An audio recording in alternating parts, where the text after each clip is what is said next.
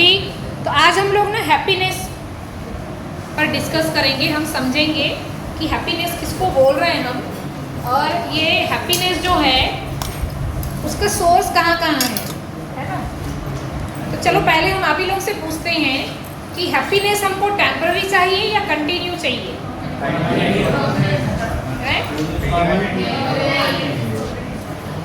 Temporary चाहिए, continue चाहिए, है ना। तो हमको कंटिन्यू हैप्पीनेस चाहिए। कितने लोगों को टेम्पररी हैप्पीनेस चाहिए?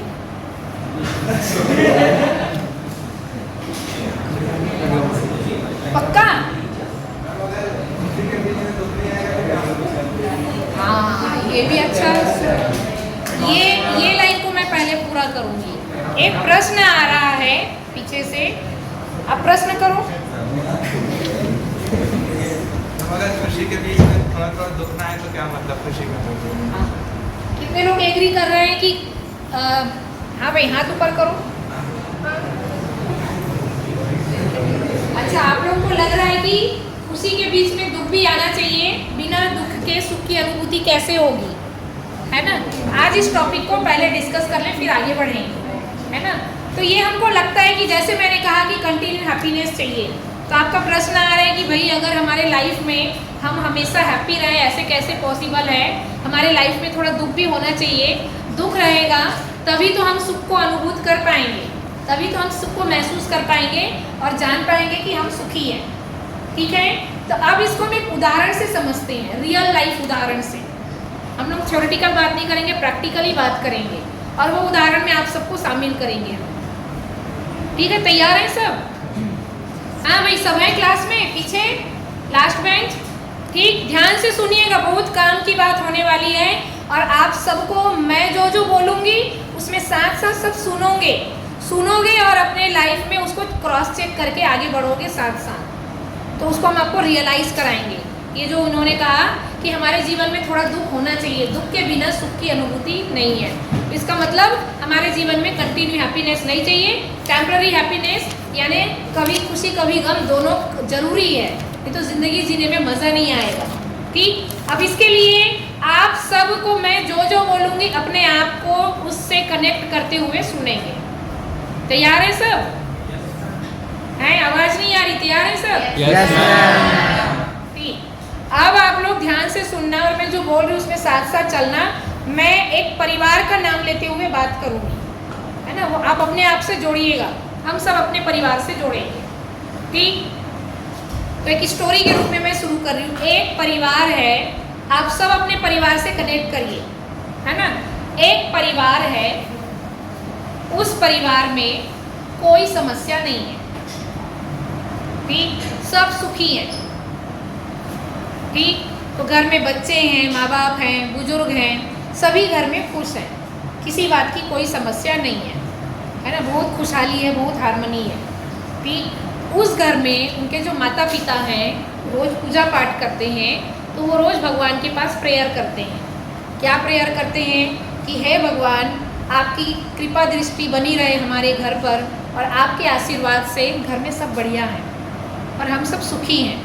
तो आपका ये कृपा दृष्टि, ये दुआएं हमारे घर में बनी रहे, है ना, और आपका धन्यवाद कि आपके कारण हम लोग सब सुखी हैं। ये आस्था है, मान्यता है ना। कई लोग ऐसा प्रेयर करते हैं, अगर नहीं भी करते तो भी वो प्रकृति को, नेचर को, या जो भी जिसको भी मानते हैं उनका धन्यवाद रहता है कि चलो हमारे घर में सब बढ़िया है, खुशहाली है।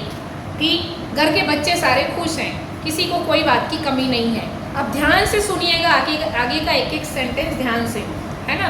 अब आगे जो है, अब इस परिवार में कोई प्रॉब्लम नहीं है। मान ले 1 साल 2 साल 3 साल से 4 साल से ऐसा ही खुशहाल परिवार है, हंसता खेलता है परिवार। ठीक, अब ध्यान से सुनिएगा, अगर इस घर में कंटिन्यूस सुख है, अब इस घर में भी दुख आया नहीं है, तो क्या उस घर का कोई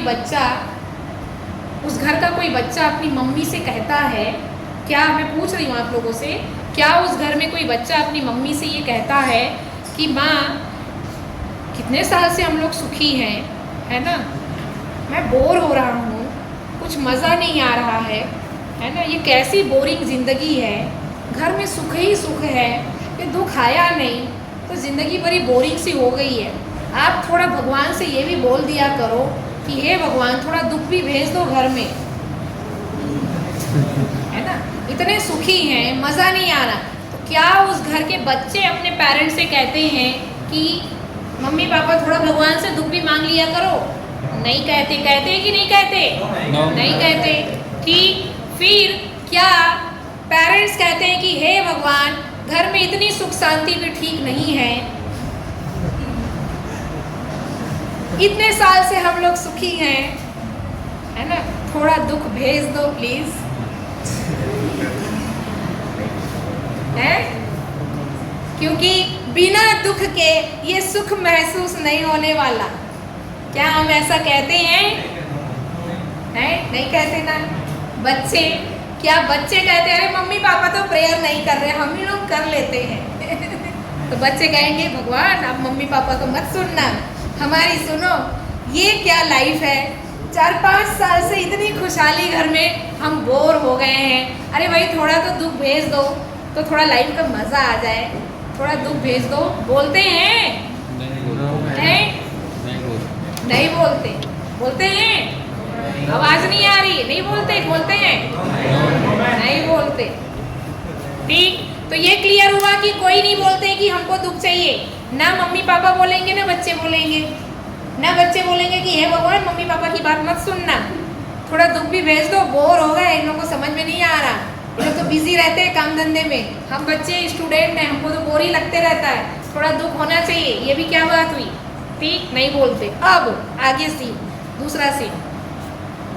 अब अचानक उस घर में एक प्रॉब्लम आ गया, कुछ भी, किसी की तबीयत खराब हो गई, किसी की नौकरी चली गई, कोई दुर्घटना हो गई, कोई बड़ा नुकसान हो गया, है ना, या किसी ने किसी को धोखा दे दिया, एक प्रॉब्लम है या उसी परिवार में, खुशहाल परिवार में, उस खुशहाल परिवार में अगर ये एक समस्या आई तो क्या उस समय, ध्यान से सुनिएगा, तो क्या उस समय माँ बाप कहते हैं कि हे भगवान धन्यवाद आपका?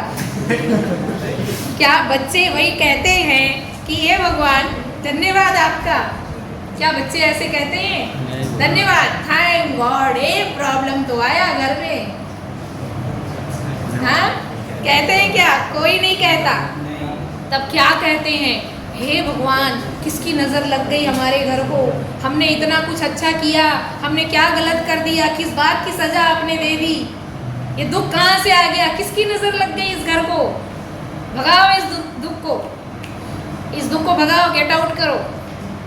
पड़ोसी ने कहा ये पूजा कर लेना, गेट आउट हो जाएगा दुख। किसी रिश्तेदार ने फ़ोन करके बताया ये पूजा कर लेना, इधर चले जाना, उधर चले जाना, ये कर लेना, ये दुख भाग जाएगा, ये समस्या निकल जाएगी। हाँ आप जो बोलोगे हम करेंगे, दौड़ा भागी चली, सब दुख को भगाने के लिए सब एक हो गए, बच्चे परिवार सब मिलके एक हो गए कि घर में ये दुख आया तो आया किधर से आया, किसकी नज़र लग गई? किसी पंडित ने कहा, किसी पड़ोसी ने कहा, किसी रिश्तेदार ने कहा यहाँ जाओ मत्था टेको, यहाँ पूजा करो, ये मंत्र करो, ये प्रॉब्लम ठीक हो जाएगा। सब समस्या को, दुख को भगाने में लग गए। हमने ऐसा क्या गुनाह कर दिया कि ये समस्या घर में आ गई? तो क्या हुआ? दुख आने पे सब एकजुट हो गए दुख को भगाने के लिए। हाँ भाई, आ गया ना दुख घर में? मज़ा आया?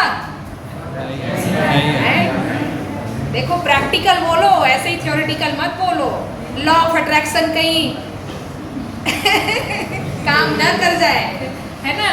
तो ध्यान दें कि ये सब कहने की बातें हैं, ये सब कहने की बातें हैं कि दुख के साथ सुखी होने के लिए दुख की अनुभूति ज़रूरी है। आगे हम इसको और समझेंगे, पूरा अधूरा नहीं छोड़ेंगे, पूरा समझेंगे। ये केवल हम कहते हैं कि हमारे लाइफ में दुख होना चाहिए, लेकिन रियलिटी यही है कि दुख को हम चाहते नहीं हैं। जब घर में सब कुछ बढ़िया रहता है तब धन्यवाद करते हैं, खुश रहते हैं, लेकिन जैसे ही घर में प्रॉब्लम आती है हम सब एकजुट हो जाते हैं उस प्रॉब्लम को भगाने के लिए। हो जाते हैं कि नहीं? है ना। तो उस प्रॉब्लम को भगाने के लिए एकजुट हो जाते हैं और उसको भगा के ही दम लेते हैं। तबीयत खराब है, ठीक हो जाए, ये चला गया, ये नुकसान हो गया, सब भरपाई हो जाए, सब ठीक हो जाए, पहले की तरह हो जाए। और जैसे ही पहले की तरह होता है, थैंक गॉड ये प्रॉब्लम चला गया, बहुत बहुत धन्यवाद, कि हमारे घर का ये प्रॉब्लम ठीक हो गया, अब आगे से और अवेयर रहना है, और अवेयर रहना है कि ये प्रॉब्लम फिर से दोबारा ना आए। गलती से आ गया, थोड़ी चूक हो गई हमसे, इसलिए प्रॉब्लम घर में आ गया, अवेयर हो जाते हैं कि ना ये प्रॉब्लम हमको नहीं चाहिए। तो इसलिए दुख जरूरी नहीं है सुख की अनुभूति के लिए। अब इसका दूसरा पहलू भी देखते हैं। अगर हम कंटिन्यू हैप्पी रहे तो क्या वाकई बोर हो जाएंगे? है इसका भी मैं